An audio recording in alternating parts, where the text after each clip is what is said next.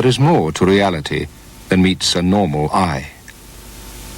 Behind the curtain of everyday consciousness is hidden another unutterably strange mental universe.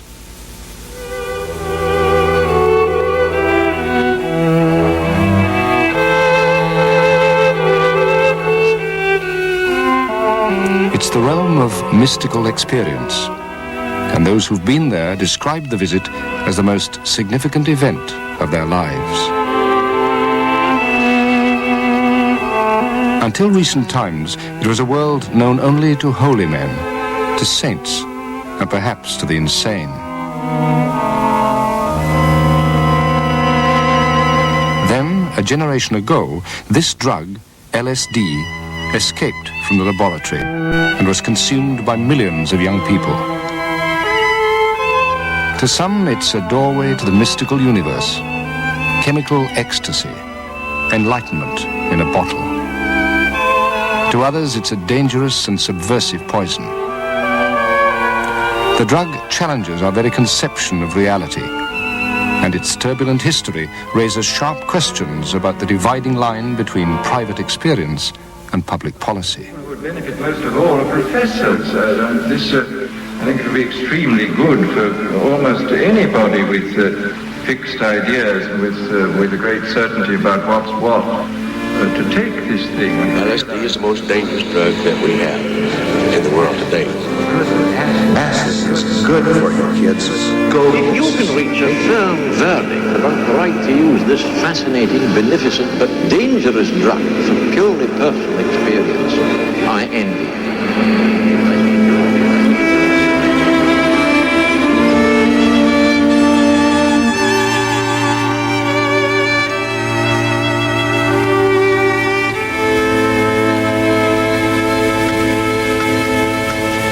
The remarkable effects of LSD were discovered by accident in Switzerland during the Second World War.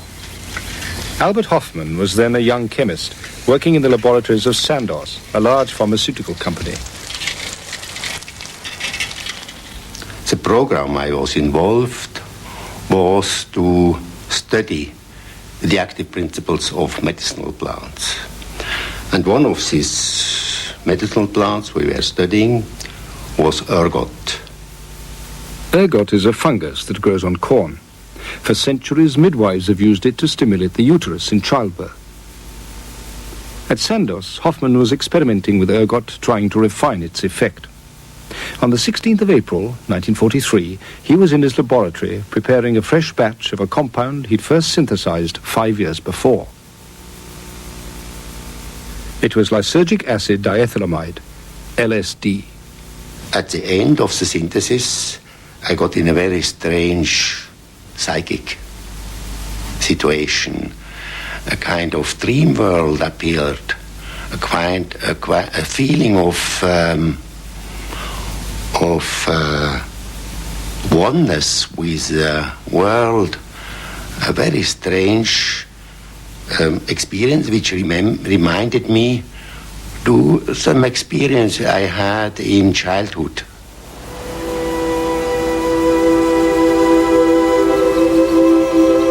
Sometimes when I was in nature, in the forest, in the wood, that I had some kind of, I would say, mystical experiences.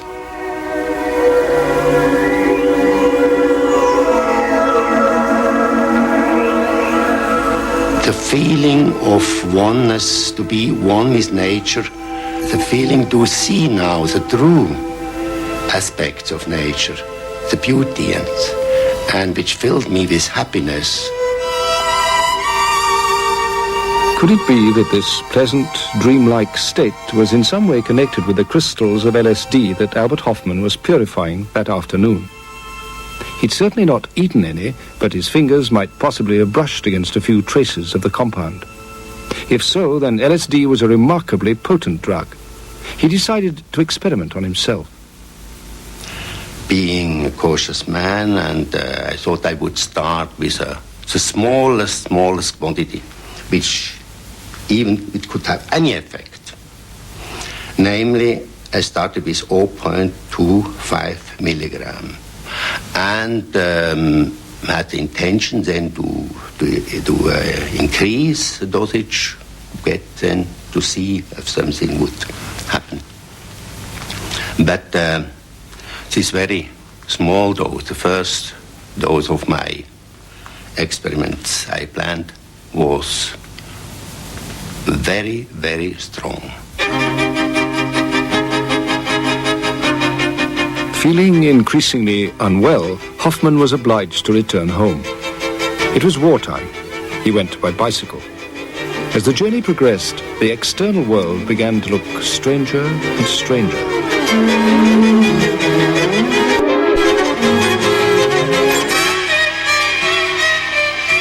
By the time he reached home, normal reality had disintegrated.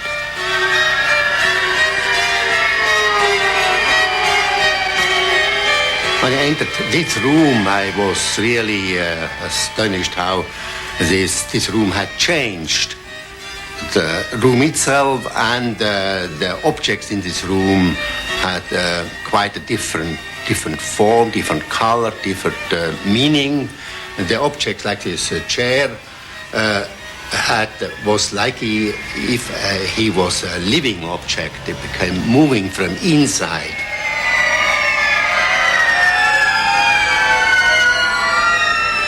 It was so unusual that I really got afraid that I had become insane. A kind next-door neighbor brought milk as an antidote. Ich bring Ihnen ein Gläschen Milch, Herr Doktor. She too was malevolently transformed.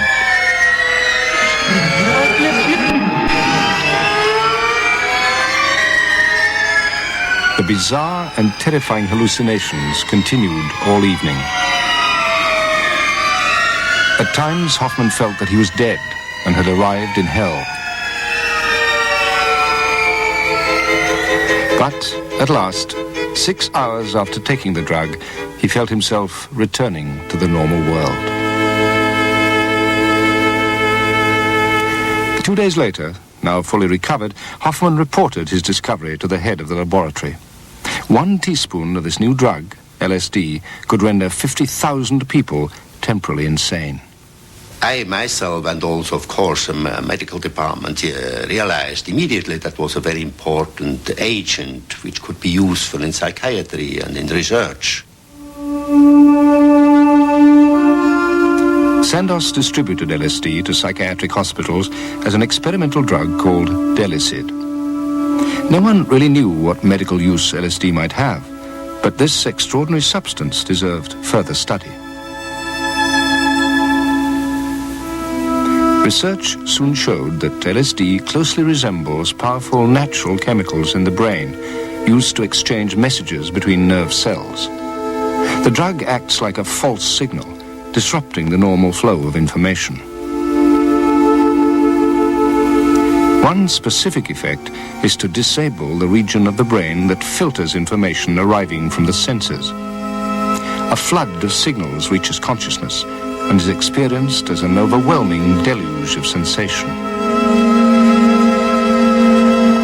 The impact on the mind is profound. It's as if reality was suddenly uncensored, revealing a world exquisitely or horrifically transformed.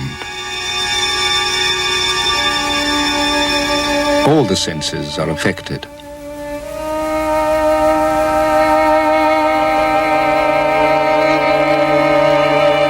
Colors particularly are brighter and more vivid.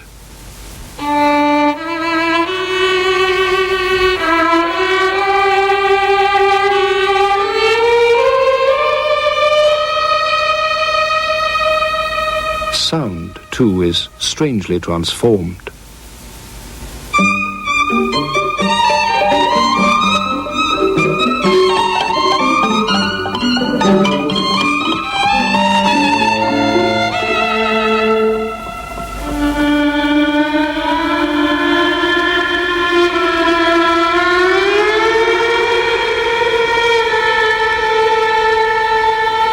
Sights are smelt and sounds are seen.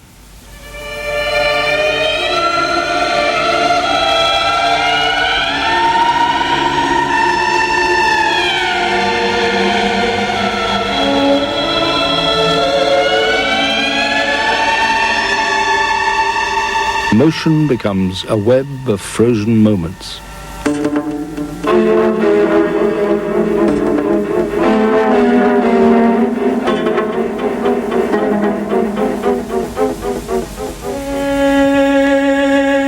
And often the world is strewn with bizarre distortions of reality.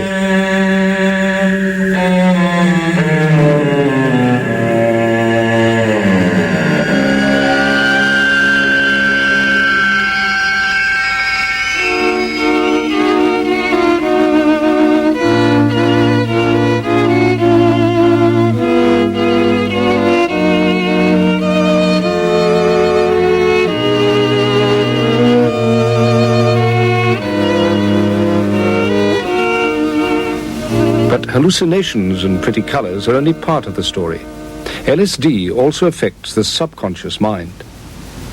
In the early 1950s, psychiatrists began to investigate this aspect of the drug.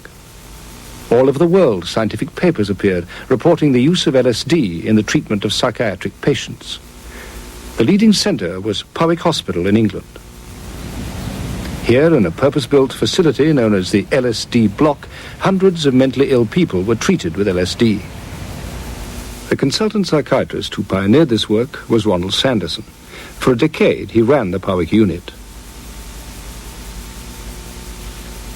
Today, the LSD block has been converted into offices. Dr. Sanderson returns there to recall the past. This is where we worked 30 years ago. Yes, I didn't quite remember it as being this sort of shape. I remember something different, an entrance from the corridor. Ah, yes. With him is Dr. John Whitelaw, a colleague from the LSD days. This, remember, was the trolley area where the nursing staff used to set up the LSD ampoules. They draw the LSD out of the syringe, and we had little medicine glasses they poured it into, and distilled water was added to it. And they just used to stand where you are and drink the stuff. Most people noticed that the first effects came on after about 20 minutes, and somewhere in the first hour they would retire to their own particular room which had been allocated to them. And looked at from the outside, you might think there was nothing going on, because LSD doesn't have a marked effect on behavior. What it affects is the internal mental processes. We used to have a little bed in the... The point of giving patients LSD was to release suppressed memories and mental conflicts that psychoanalysts believe are the root cause of mental illness. LSD was perhaps a key to unlock the unconscious mind. There's a curious kind of artifact in the early stages of LSD that people often have a great tendency to laugh, and that seems to be a sort of side effect. And I experienced it myself when I took LSD, and I wasn't quite sure, it wasn't funny, I wasn't laughing at anything, but I just had this thing. So that sort of sets a scene for experiencing it. But with our patients, there was very often a great deal of fear, a great deal of crying, sobbing, and then, of course, one would want to move in and try and get the patient to relate that to what they're actually experiencing in themselves. Given the reputation LSD has today, it's natural to wonder whether any patients were harmed by the drug. We don't believe that anybody had a long-term psychosis. I know that cases have been reported from other parts of the world, but we examined our consciences pretty carefully in that respect, and I don't believe anybody was permanently damaged.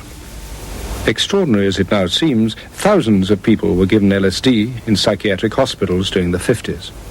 According to several independent studies, there were surprisingly few bad side effects. And a second group began to experiment with hallucinogenic drugs around this time. They were artists and intellectuals, and their inspiration came from the British writer Aldous Huxley. Huxley was fascinated by mystical experience and believed that a drug called mescaline might be a means to achieve it. Mescaline is found in a cactus called peyote, used by the Huichol Indians of Mexico. They regard peyote as sacred, and they've consumed it in religious ceremonies for centuries.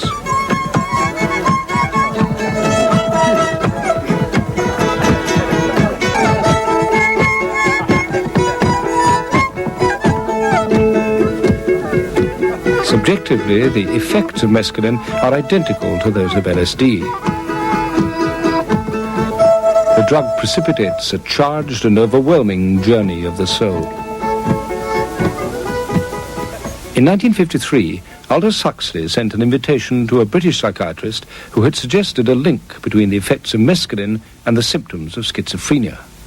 He'd asked me down there for many reasons, but one of them was that he hoped that I'd give him mescaline. He'd been cleared by his doctor. This seemed to be one way out on my part. I was disconcerted that he'd bought a grey autograph, and so I had no way out, really. And so as on the second last day of my visit, I stood stirring in the mescaline, which has a strange, oily swirl. And I wondered if I would be remembered as a man who'd gone to California and driven Aldous Huxley mad. I thought it would be really rather invidious reputation. Thus it came about one bright May morning. I swallowed 0.4 grams of mescaline dissolved in half a glass of water and sat down to wait for the results. After a while, I became aware of a slow dance of golden lights. I was looking intently at a small vase of flowers. My eyes traveled from the rose to the carnation, and to the smooth scrolls of sentient amethyst, which was the iris. I was seeing what Adam had seen on the morning of his creation, the miracle, moment by moment, of naked existence.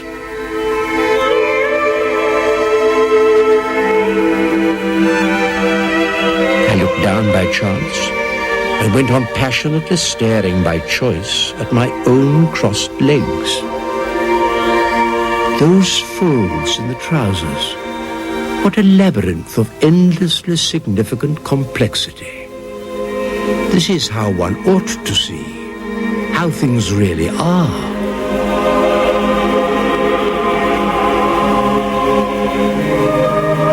Now someone produced a phonograph and put a recording on the turntable.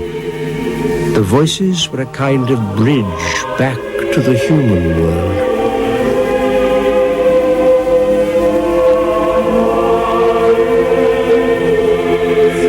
Uneven phrases of the madrigals pursued their course, never sticking to the same key for 2 bars together. And suddenly, I had an inkling of what it must be like to be mad. I found myself on the brink of panic, disintegrating under pressure of a reality greater than a mind accustomed to the cozy world of symbols could possibly bear.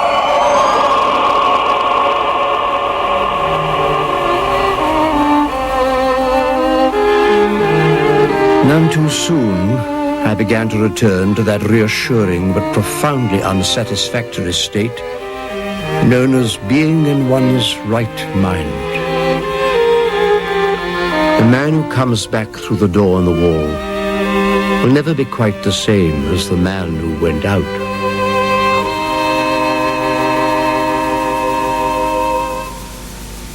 The world he saw that May morning in 1953 profoundly impressed Huxley. A name was required for a substance that could provoke such revelatory experience. Aldous suggested phanerothym, a phaneroin to reveal and thumos the soul. And he then wrote this little rhyme, to make this mundane world sublime, take 0.5 gram of phanerothym. And I thought this was a wonderful word, but rather too difficult for most people. It was a Huxley word, so I wrote back to him, having looked up in the dictionary the fact that the word psyche, of course, was available, and so was deluon, to reveal, and about 6 others. But I fixed on psychedelic and wrote back to fall in hell or so angelic, you'll need a pinch of psychedelic. In your book about mescaline recently, you talked of a valuable state of heightened perception being induced by drugs, by proper drugs. Do you think imaginative writers would benefit by that? Well, I think the people who would benefit most of all are professors. And this, I think it would be extremely good for almost anybody with fixed ideas and with a great certainty about what's what. to take this thing and to realize that the world he has constructed is by no means the only world, that there are these extraordinary other types of universe which we may inhabit and which we should be very grateful for inhabiting, I think. Not everyone shared Huxley's enthusiasm. The British writer Arthur Koestler responded in an essay with a parable. He likened consumers of psychedelic drugs with those who drive to the top of a mountain instead of climbing it step by step. The view, he concluded, may be identical, but the vision of the climber is different from that of the motorist. Such criticisms, however, only encouraged interest in Huxley's account of his mescaline experiments, and others began to follow in his footsteps. Well, here I am in my home, and before I take the drug, Dr. Osmond's got one or two quite unrehearsed questions, I've no idea what they are, to put to me. Right, Christopher. Carry on. Could you tell me the date today, please? The date? Yes. It was Friday, the 2nd of December. In 1955, Christopher Mayhew, MP and TV presenter, took mescaline under the supervision of Humphrey Osmond. The BBC filmed the experiment. This is the first time it's been shown. To be rich and prosperous, a nation must have a safe, secure supply of wood. After initial psychological tests, the experiment began at noon. Shall we go right ahead then? I'll take it. Yes, there she is. Well, I'm feeling perfectly fit at the moment and as sane as I ever am, and I'll take the drug now. An hour and a half later, there were definite effects. Could you perhaps tell us any particular colour which you think... Yes, there's colour just behind Tubby there. Yes. This colour of... damn, I warned you, Humphrey, that on colours my vocabulary is bad. Are you talking about the reddish curtain behind Tubby? Yes, and in fact it has the most extraordinary gradations of mauve and lights. Sorry, this is just my own poverty of vocabulary. I can't describe it.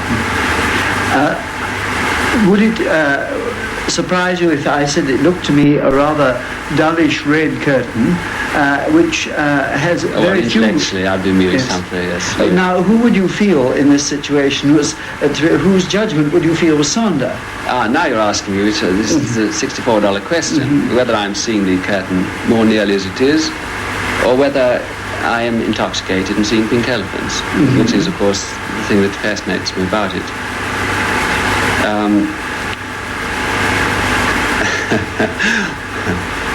Well, all I can say is it's still a $64 question, Humphrey. I'm looking very hard now. Yes. Beyond the camera.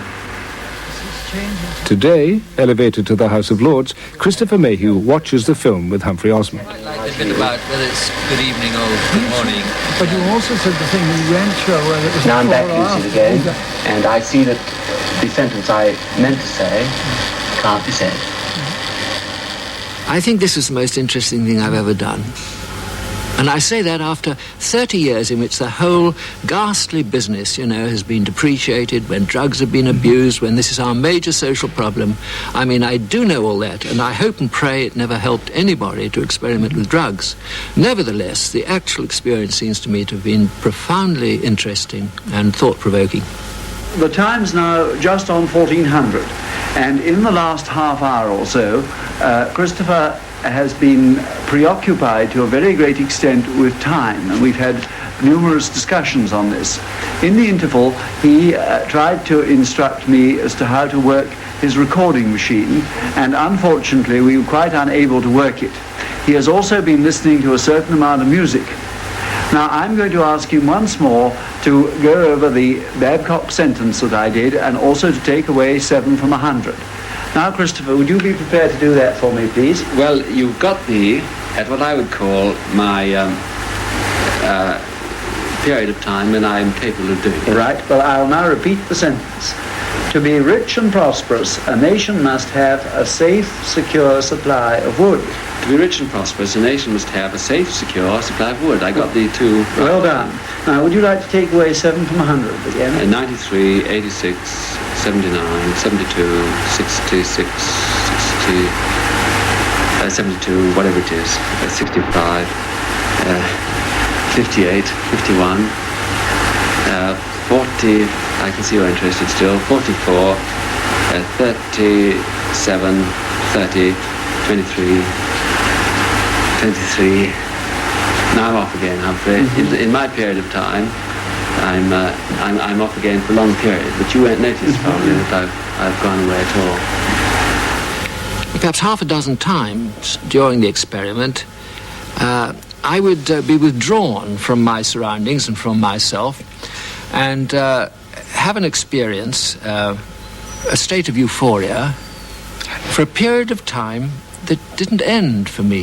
It didn't last for minutes or hours, but for months. I do try and assure you that from my point of view, between the time that I perhaps begin the sentence and the time that I end it, I shall have gone a long time will have elapsed, Humphrey. And the psychiatrists afterwards, and common sense, they all said, this is nonsense. You couldn't have had these experiences because there was no time. As the film shows, there's no time for you to have them in. And the psychiatrists would speak, and I accept this, that I was simply showing the symptoms of what they call the disintegration of the ego. I accept that too. At the same time, they didn't have the experience. And when I look back, even now, after 30 years, when I remember that after the experiment, I remember that afternoon, not as so many minutes spent in my drawing room, interrupted by these strange excursions in time, but as years and years of heavenly bliss, interrupted by short periods in my drawing room. When I recall it, and when I recall various other symptoms, I think the simplest explanation is that I had these experiences, that they were real, and that they took place outside time. I am moving at this moment from one time into another time and back again. And I'm not so conscious, Humphrey, of removing myself in space, but I'm extremely conscious of moving in time, of things having no succession,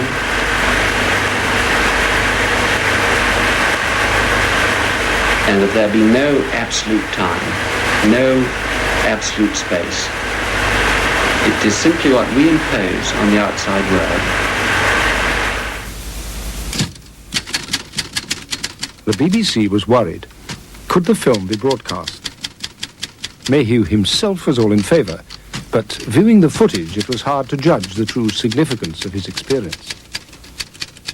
Expert advice was called for, and a special committee of psychiatrists, philosophers and theologians assembled. Amongst those shown the film was Canon Besant from Cambridge University. From a religious standpoint, he felt Mayhew's mystical adventure had been obtained on the cheap. The others agreed, and the committee had no hesitation in reaching a verdict when asked by the BBC whether or not Mayhew's experience was valid. The film was never shown. I think that the experience was valid. I think, for the reasons I've given, that you can dismiss it as a dreamlike hallucination which lasted a fraction of a second, owing to the disintegration of my ego and so on. Or you can say with me, it was a real experience which happened outside time. And that is my view. And for various sort of associated symptoms, I would say that on that occasion, by a shortcut, I did visit the world known to the mystics and to some mentally sick people. And therefore, to that extent, I'd say it is valid.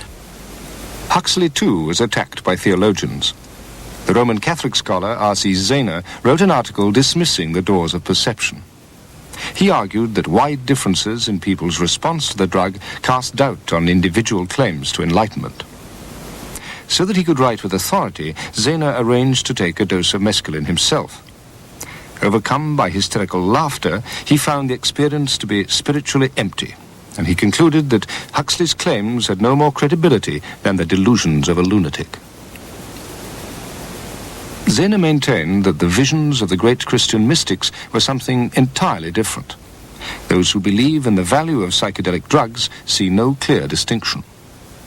I believe that the experiences one has under LSD are very similar, even identical with mystical experiences. There has been discussion along in this with scientists, but if you compare the reports of mystics, of the saints, the text reports with reports on people who had mystical experience under LSD, you cannot find any difference. Can the mystical experience of saints really be duplicated by chemical means? 30 years after R.C. Zehner raised the question, his successors at the University of Oxford are still debating it. One of them is Richard Swinburne of Oriel College, who is Nolloth Professor of the Philosophy of the Christian Religion.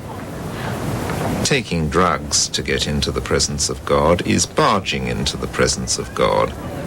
And if you just go and have an experience, you're simply not equipped to recognize the experience for what it is and to react to it in the right way. So, for that reason, no, I wouldn't take drugs. There's so much more to religion, indeed almost everything more to religion than having experience. It's a dedication to a way of life which indeed can be very much reinforced by experience, but experience isn't the point of it. Spiritual self-transcendence was hardly the ambition of another group interested in LSD and mescaline during the 1950s. The American government were attracted to hallucinogenic drugs for less savory purposes. Former intelligence officer and author John Marks has uncovered the CIA's secret research with LSD. In the early 1950s, the CIA and American military intelligence were funding the lion's share of the research on LSD.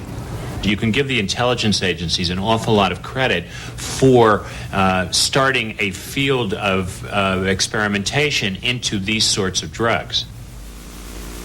Through the Freedom of Information Act, Marks has obtained copies of classified CIA documents that reveal why the agency was interested in LSD. The essence of the intelligence business is control. This was an instrument or a potential instrument for breaching people's control, for making them commit acts against their will. In 1963, the CIA produced an internal report so sensitive only one copy was made. It concerned MK Ultra, a project that involved the testing of LSD on unwitting American citizens throughout the 1950s. They wanted to know how a diplomat might react if given LSD at a party, how a foreign leader might react if given LSD just before he was to get up and give a speech, how it might be used in interrogation of prisoners or something of that sort. Given the fact that the CIA felt it had to do that kind of testing, they had to find unwitting test participants who, by definition, couldn't be told they were being given the drug.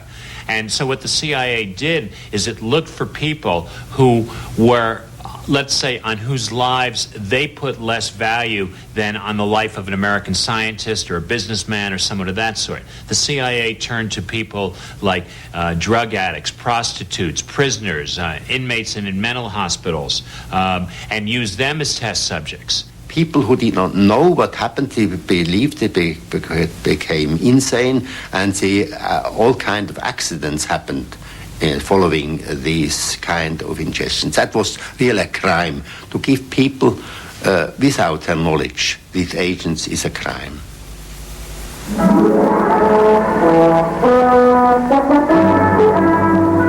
The American military were also experimenting with LSD as a potential weapon. Here is a group of normal soldiers responding correctly to a series of routine drill commands. After receiving a small dose of LSD, they're confused and undisciplined. The idea was to spray the drug on enemy troops. The dose, however, proved rather difficult to control. And there was a different kind of fallout from these experiments, one that took the Army and the CIA entirely by surprise.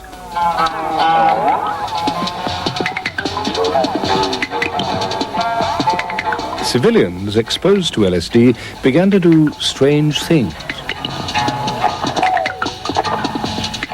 I believe with the advent of acid, we discovered a new way to think. And it had to do with piecing together new thoughts in your mind that produced people like Bob Dylan and John Lennon and William S. Burroughs, that were using new images together in a way that jarred the mind and produced images that were latent in our consciousness, but were not being brought about by reading Vanity Fair or Woman's Home Companion. In 1960, CIA-funded researchers at the Menlo Park Hospital in California were paying students $40 a day to take LSD. One volunteer was Ken Kesey, psychedelic folk hero, author of One Flew Over the Cuckoo's Nest, and today a farmer in Oregon. You were in a little room pretty much by yourself. There was a window with wire grating on it, and through that window you could look out and see a lot of people out there who understood a whole lot more what you were going through than these doctors. And my metaphor for the thing was, it's as though these people had discovered a room, and they thought there was something in that room of value to them. But they didn't want to go in there. So they hired students to go in there. And after enough of those students came out with a wild look in their eye, they said, close up that room and don't let anybody else go back in that room. And that's when I found that my key fit the doctor's office and decided that this was too important a business to leave in the hands of the government. Awed by the power of the drug, Kesey began to distribute it to his friends. Across America, LSD was leaking out of the laboratory. I've always thought that this is one of those things that proves that God has a sense of humor. That if Gabriel come up and says, hey, Chief, the Americans are really messed up down there. We're going to have to do something to straighten them out. They've got a nosedive karma going on. And God says, well, send them some of that stuff you've been working on, that acid stuff, and have the CIA distribute it. You can hear the celestial laughter when you realize it was the CIA that really turned on America. In the early 1960s, 20 years after Albert Hofmann bicycled unsteadily home from the laboratory, his discovery was poised to kindle a revolution among the young of the West. For the father of LSD, it was an alarming prospect. I knew from the use of this kind of substances in old cultures by the Indians, there is a taboo on these substances. They are only used in religious setting and are in the hands of the shaman, not in the public. And the shaman in our society is a psychiatrist, and it should remain in the hands of the shaman. And therefore I became skeptical and anxious that bad things could happen, and it happened indeed by the unwise and uncontrolled use of this substance. Next week, in the second of these two programs, Everyman follows the bizarre and sometimes tragic events as LSD exploded onto an unsuspecting world.